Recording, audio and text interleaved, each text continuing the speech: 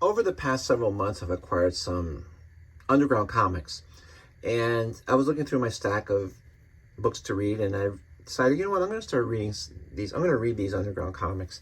I'm going to be very honest. I'm very dumb when it comes to underground comics. I mean, I know who Robert Crumb is, that's Clay Wilson is.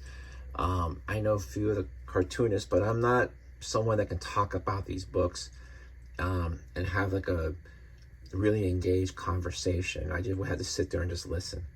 But I've gotten these and figured, you know what, it's a good time now. And then I also have the Julie Doucet, The Complete Dirty Plot.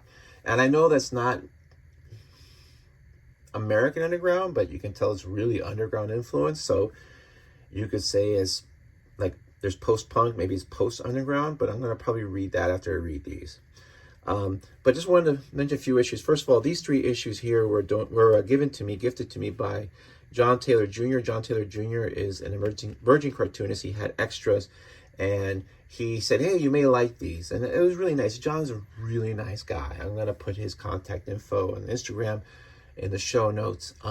Just a really cool dude. You know, I have to keep him in mind for something special to kind of return the favor. But this is an issue of Hup, number 4. This is a reprint from 2014. And I've only read this first issue, but I love this first issue. I mean, this first story. It's only 1 page because this is from Stan the Man Schnuter. So this is sort of like a Stan Lee, Jim Shooter kind of like representation of how publishers are. And he's talking about, hey, look, it's been over years in between issues. It takes a long time because you're just drawing too detailed. Like, why draw so much detail? Like, nobody cares. You got to simplify your style. So what Crumb does is like, he starts simplifying the style. So it goes from this to this. And the publisher's like, yeah, that's it. Just get it out faster.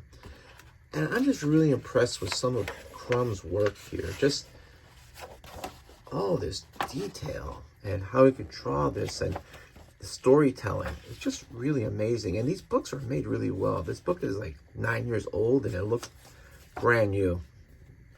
This is Self-Loathing Comics. This was a book published by Fantagraphics in 1995, and it's a flip book. This is the Robert Crumb side, and this is the side by his late wife, Aline. So they each write and draw the book in their style. And haven't read it yet, but what I did like was that in the middle, they meet. So if you're reading the Aline story, it comes here, and it's the same thing with the Robert Crumb style. So I'm really looking forward to this. I think this is really inventive. This is Lonely Nights Comics. This is a book featuring, or a comic featuring the art of Dori Sela. Now, Dori Sela, I didn't know who she was. I actually Googled, and she has a very interesting, she died at the age of 37. She, from a pulmonary, not an infection, but there was a bad case of the flu, so I guess it would say pulmonary infection, but she had emphysema, she smoked. Apparently she worked in ceramics earlier in her life, and she didn't wear the mouth filter, so she breathed in a lot of those vapors or fumes that you can if you're not careful, and had her lung weakened, and there's a whole thing about after she died who had the rights to her work. But the work itself is really pretty solid. I really dig this. So I'm looking forward to reading this and maybe looking for more of her work. This is from Free Comic Book Day this year from Fantagraphics.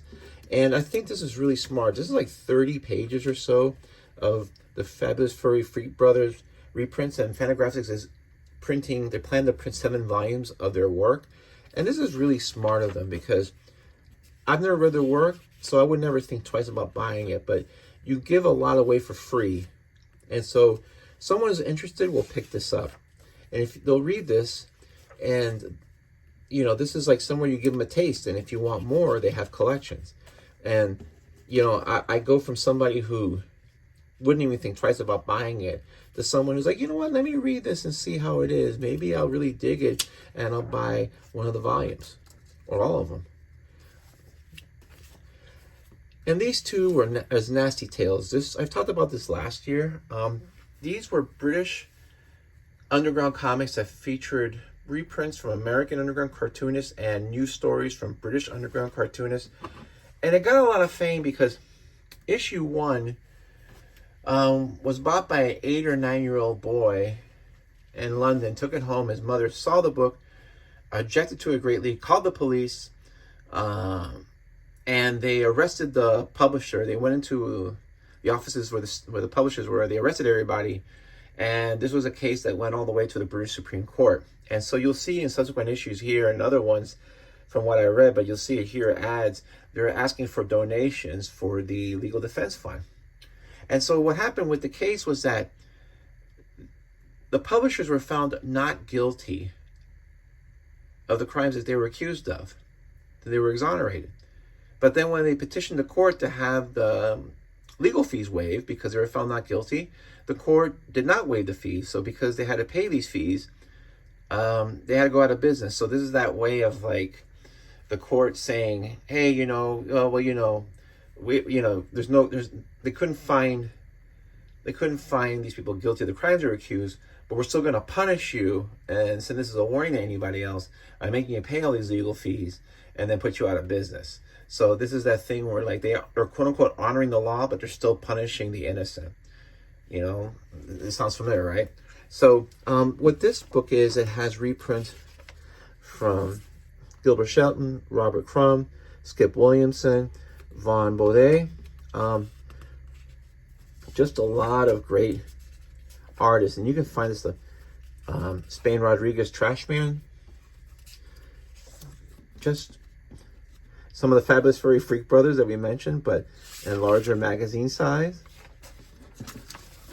And then issue number 5. Not sure what's here. You see here what it say, Nasty Tales has been sent for trial. Sorry to say, he needs bread and help. So this is like, if you can send some money to us for legal funds, please send it here. And then this is just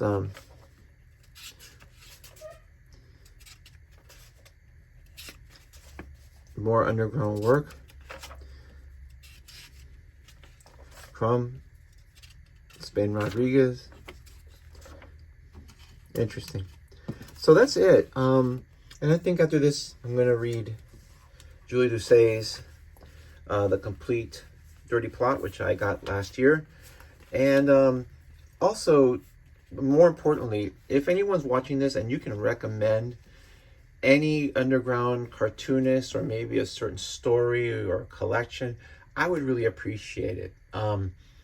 I'm just going to tell you, though, that I did buy, like a year or two ago, that S. Clay Wilson collection. The one is that little black comic book.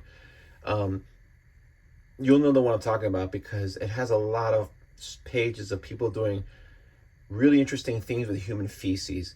And, like, this is not a prude thing. It's just, it doesn't really, like, I'm not going to say it's not art, but I'm just going to say human feces is not an art thing for me. So don't recommend that. But S. Clay Wilson's art in it was phenomenal. That was the thing. It was this combination of like really exquisite, beautiful art and really disgusting human activity. And it was just weird. It was like the alpha and omega for me. So don't recommend that. But anything else, please feel free to do so. I would greatly appreciate it. In the show notes or in the comments, if you could do that, anything you could recommend would be great.